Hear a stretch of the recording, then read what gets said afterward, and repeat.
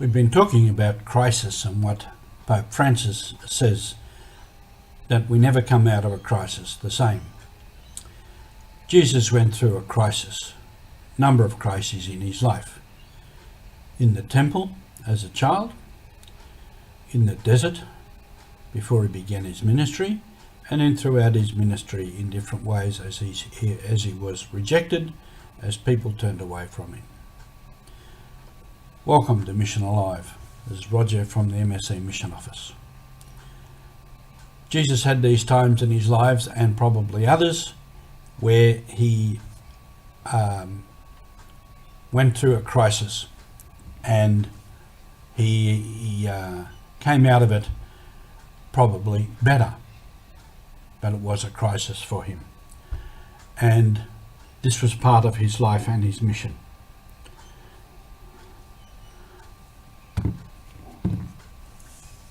And our mission as people and as church now is also to live through these crises, to find the better way within it, and to come out the other side better.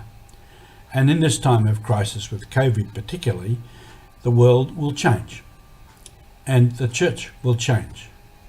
And it is an opportunity for us to forge ahead with the new evangelisation that Pope John Paul II initiated in the 1990s. So there's a great mission still to be done.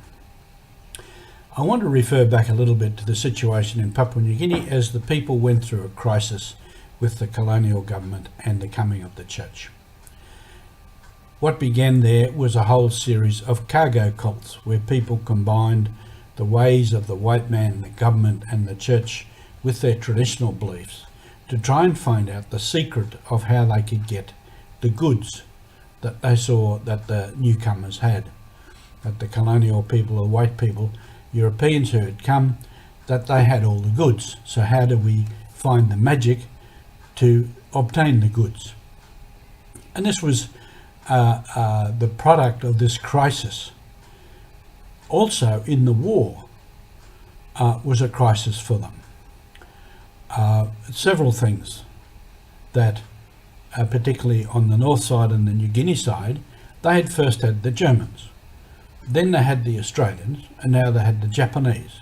So people said, okay, the Japanese are here now, we'll go with them. Later, some of them were hanged as collaborators. That all added to the mix. I remember hearing from someone who lived around Rabaul, the Talay, he said some of the older people could still sing Japanese songs, and that they had worked in the rice paddies with the Japanese there around Rabaul. So many changes to life. So all this is part of the crisis.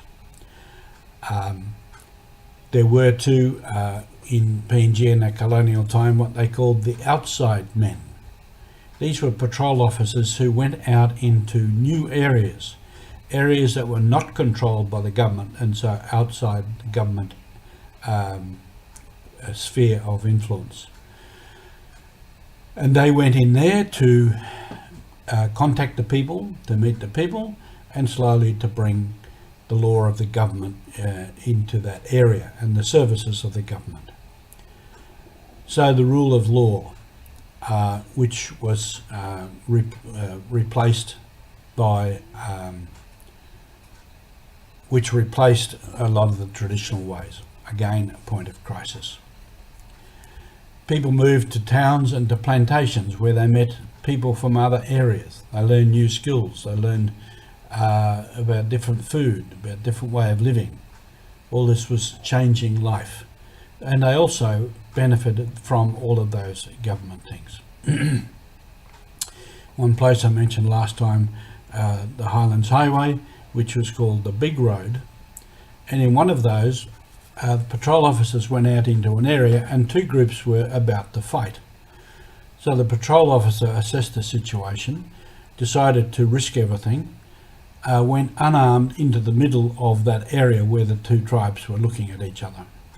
And eventually he brought control into the situation, sat down with the people, worked out their difficulties, took some away and put them in jail, which probably just meant that they were on a government station and did all the cleaning and the grass cutting, but that was also a way of teaching people about government.